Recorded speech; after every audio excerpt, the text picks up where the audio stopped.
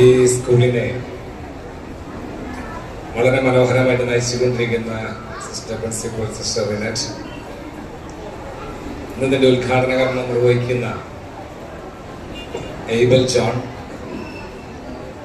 LF കോൺഗ്രിഗേഷന്റെ ആത്മീയ ചൈതന്യമായ sister Caroline, വളരെ സമർപ്പണ മനോഭാവത്തോടെ സ്കൂളിനെ കാര്യങ്ങൾക്ക് നേതൃത്വം നൽകുന്ന സിസ്റ്റർ ആലിസ് ടീച്ചർ, നിങ്ങളുടെ തന്നെ പ്രതിനിധിയായ ഋതിൽ എന്ന് പറഞ്ഞ മാതാപിതാക്കളെ, കുട്ടികളെ, അധ്യാപകരെ, ഇന്നത്തെ ഡാൻസ് കണ്ടപ്പോ തന്നെ, പ്രാർത്ഥനാ ഗാനം കണ്ടപ്പോ തന്നെ എല്ലാ കുട്ടികളുടെ മുഖത്ത് ഭയങ്കര ഒരു ആശ്ചര്യവും കൗതുകമൊക്കെ നിറഞ്ഞു നിൽക്കുകയായിരുന്നു. തീർച്ചയായിട്ടും ഇന്നത്തെ ബോർഡിൽ എഴുതിയാണ് ഒരു വിഷയം തന്നെ ഫൺ ഫീസ്റ്റ് അല്ലെ, അല്ലെങ്കിൽ ഫൺ ഫീസ്റ്റാ, എങ്ങനെ വേണമെങ്കിലും വായിക്കാം. ചിലര് ഫ്യാസ, പല പേരിൽ അറിയുമ്പോൾ അർത്ഥമെല്ലാം ഒന്ന് തന്നെ. രസകരമായ ഒരു സദ്യയാണ് നിങ്ങൾക്ക് ഒരുക്കിയിട്ടുള്ളത്. പലപ്പോഴും നമ്മുടെ കുട്ടികള് മത്സരങ്ങളിലൊക്കെ പോകുമ്പോൾ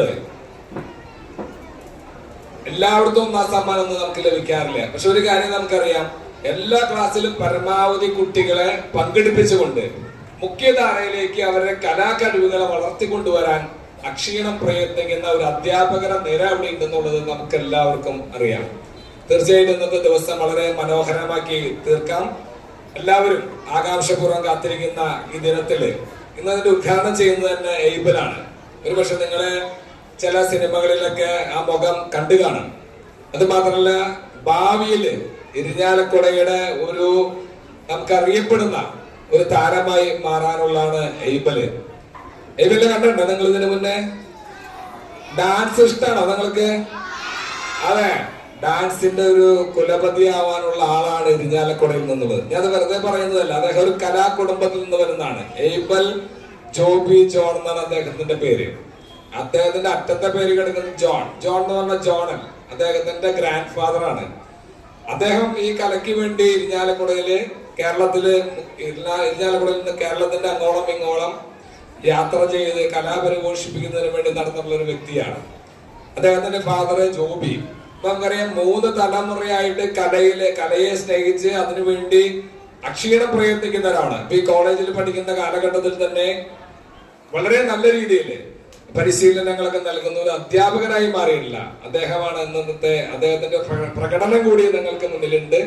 എല്ലാവർക്കും ഇന്നത്തെ ഫൺ ഫീസ്റ്റയിലെ ഈ ചാച്ച നെഹ്റുവിന്റെ ഓർമ്മകള്, നമുക്കറിയാം ചാച്ച എന്ന് പറയുമ്പോൾ തന്നെ കുട്ടികളുടെ മനസ്സിൽ ഓർമ്മ വരുന്നത്. ഇന്ന് ആരാ ഇവിടെ ഇരിക്കണ നിങ്ങൾക്ക് വേണ്ടിയിട്ട്? ചാച്ച നെഹ്റുവായിട്ട് ഋതിൽ അല്ലെ, ഋതിലാണ് ഇവിടെ ഇരിക്കുന്നത്. അപ്പൊ ചാച്ചയുടെ ഓർമ്മകൾ എല്ലാ വർഷവും നമ്മള് അനുസ്മരിക്കാറുണ്ട്.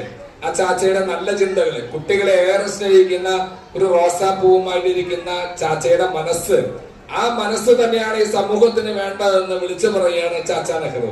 ഈ ചാച്ചാ ദിനവും മനോഹരമായിട്ട് ആചരിക്കുന്നതിന് എല്ലാവർക്കും നിറഞ്ഞ ഭാവങ്ങളും അഭിനന്ദനങ്ങളും നേരുന്നു.